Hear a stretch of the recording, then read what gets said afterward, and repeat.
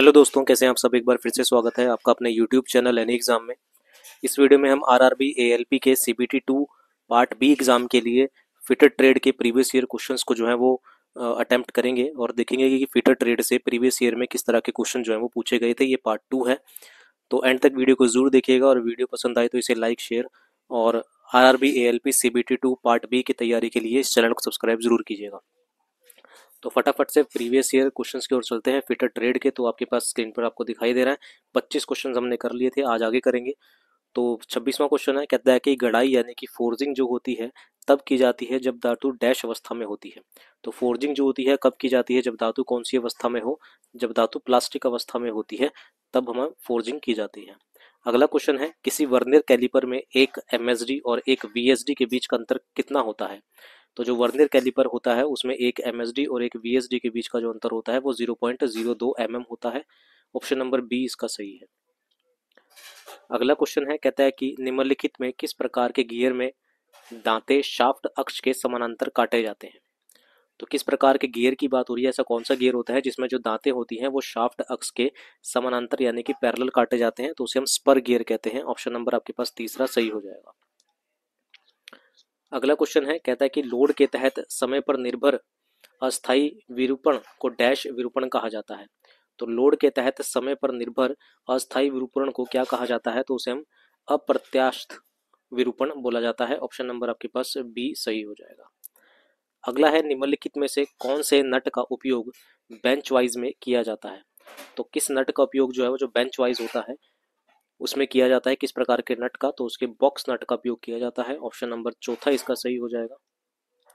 अगला है हमारे पास, अधिकतम सामग्री को तेजी से हटाने के लिए निम्नलिखित में से कौन सी रेती का उपयोग किया जाता है। तो अधिकतम सामग्री को तेजी से हटाने के लिए किस रेती का उपयोग किया जाता है, तो उसे हम कहते हैं बास्टर्ड फाइल। ऑप्शन नंबर आपके पास बी सही हो जाएगा। इस रेती का उपयोग किया जाता है ज्यादा तेजी से हटाने के लिए सामग्री को। अगला क्वेश्चन है, कैल्शियम और सोडियम किस प्रकार के स्नेहक यानी कि लुब्रिकेंट है। तो अर्ध ठोस यानी कि सेमी सॉलिड है ये, ठीक है ना। तो कैल्शियम और सोडियम किस प्रकार के हैं, ये अर्ध ठोस हैं। ऑप्शन नंबर आपके पास पहला सही हो जाएगा। अगला है, किस ऑपरेशन के द्वारा धातु की शीट को लंबाई में सीधा काटा जाता है। तो कौन सा ऑपरेशन है, उस ऑपरेशन का नाम आपको बताना है जिसमें धातु की जो शीट होती है लंबाई में सीधा काटा जाता है, तो उसे हम क्या कहते हैं, उसको हम स्लिटिंग कहते हैं। ऑप्शन नंबर चौथा सही हो जाएगा। अगला है, निम्नलिखित में से कौन सी धातु लवणीय जल क्षारण रोधी होती है। तो कौन सी धातु है जो लवणीय जल क्षारण रोधी होती है, तो वो होती है हमारे पास जस्ता मिश्र धातु। ऑप्शन नंबर ए इसका सही है। अगला क्वेश्चन है, निम्नलिखित में से कौन सा उपकरण क्लच का संचालक घटक है। तो कौन सा उपकरण है, उस उपकरण का नाम आपको बताना है जो कि क्लच का संचालक घटक है, तो वो है आपके पास प्रेशर प्लेट। प्रेशर प्लेट जो है वो क्लच का संचालक घटक है। अगला क्वेश्चन है, मशीन का रखरखाव क्यों आवश्यक है। तो मशीन का रखरखाव क्यों आवश्यक होता है, ऐसा करने से मशीन की दक्षता और सेवा अवधि यानी कि सर्विस लाइफ जो होती है वो बढ़ जाती है। अगर हम रखरखाव रखेंगे तो मशीन की दक्षता और उसकी जो सर्विस लाइफ है वो बढ़ जाएगी। तो ऑप्शन नंबर बी सही हो जाएगा। अगला क्वेश्चन है, कह रहा है कि थंब स्क्रू के हेड का आकार कैसा होता है। जो थंब स्क्रू होता है उसके हेड का आकार कैसा होता है, वृत्ताकार होता है। ऑप्शन नंबर बी सही हो जाएगा। तो थंब स्क्रू के हेड का आकार वृत्ताकार होता है।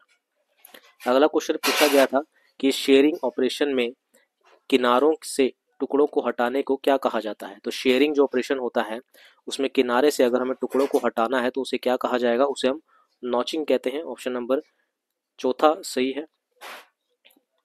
अगला है, गियर ट्रेन में उपयोग किए जाने वाले आइडलर गियर का क्या कार्य होता है। तो गियर ट्रेन में उपयोग किए जाने वाले आइडलर जो गियर होता है उसका क्या कार्य होता है, उसका कार्य होता है घूर्णन की आवश्यक दिशा प्राप्त करना। ऑप्शन नंबर चौथा सही हो जाएगा इसका। अगला क्वेश्चन है, इनमें से विषम पद का चयन करें यानी कि कौन सा अलग है वो आपको बताना है। तो रोलिंग, फोर्जिंग, आपके पास बहिर्वेधन और इसका चौथा आंसर सही हो जाएगा नर्लिंग। ऑप्शन नंबर चौथा करेक्ट है। अगला है हमारे पास, स्नैप गेज कैसा होता है। तो स्नैप गेज आपका सी आकार का होता है। ऑप्शन नंबर आपके पास ए सही हो जाएगा। अगला है, किस प्रकार के रिवेट हेड को हस्तचालित रूप से हथौड़े की मदद से बनाया जाता है। तो किस प्रकार के रिवेट हेड की बात हो रही है यहाँ पर, हस्तचालित रूप से हथौड़े की मदद से बनाया जाता है। तो कौन सा रिवेट होता है, वो होता है हमारे पास conical head rivet. Option number आपके पास जो है वो तीसरा सही हो जाएगा। अगला है हमारे पास, निम्नलिखित में से कौन सा क्लैंप कपलिंग का दूसरा नाम है। निम्नलिखित में से कौन सा क्लैंप कपलिंग का दूसरा नाम है। तो क्लैंप कपलिंग का दूसरा नाम क्या होता है हमारे पास, स्प्लिट मफ कपलिंग। कौन सा होता है, स्प्लिट मफ कपलिंग जो होता है वो क्लैंप कपलिंग का दूसरा नाम है।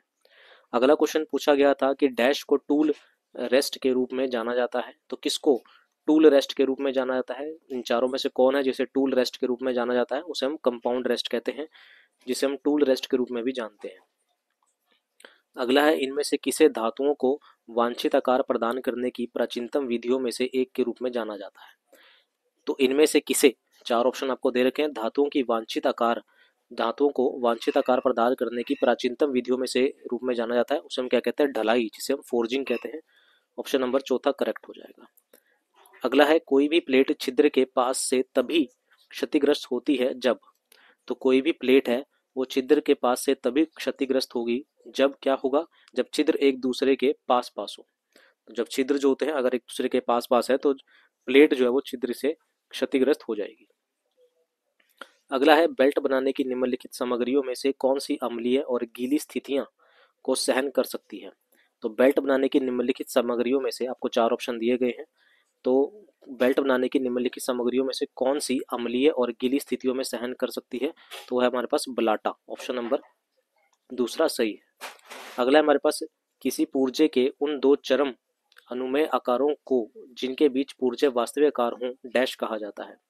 किसी पुर्जे के उन दो चरम अनुमेय आकारों को जिनके बीच पुर्जे वास्तविक आकार हों डैश कहा जाता है, उसे हम सीमित आकार का कहा जाता है। ऑप्शन नंबर ए करेक्ट हो जाएगा। निम्नलिखित में से कौन सी बेयरिंग की संश्लेषित सामग्री नहीं है। निम्नलिखित में से कौन सी बेयरिंग की संश्लेषित सामग्री नहीं है, तो कौन सी नहीं है, तो वो है आपके पास ऑप्शन नंबर बी पीतल। अगला क्वेश्चन है, हथौड़े से पीटना एक प्रकार का डैश कार्य है, सही विकल्प का चयन करें। तो हथौड़े से पीटना किस प्रकार का कार्य है, हथौड़े से पीटना फोर्जिंग, आकार देते हैं हथौड़े से पीट के, तो आकार देना यानी कि फोर्जिंग का कार्य है ये। ऑप्शन नंबर ए करेक्ट हो जाएगा। तो आज की वीडियो के ये 25 इंपॉर्टेंट क्वेश्चंस थे प्रीवियस ईयर, जो कि आपके आरआरबी एएलपी सीबीटी 2 में पूछे गए थे, और ये एग्जाम हुआ था 21 जनवरी 2019। शिफ्ट 3 का ये एग्जाम था, पार्ट बी फिटर ट्रेड से। उम्मीद है क्वेश्चन आपको पसंद आए होंगे। वीडियो पसंद आएगी तो सेशन को लाइक शेयर और सब्सक्राइब जरूर कीजिएगा, इसी तरह की मोर इंपॉर्टेंट वीडियोस के लिए सभी ट्रेड्स के। अभी के लिए इतना ही रखते हैं, मिलते हैं अगले पार्ट में। Thank you very much.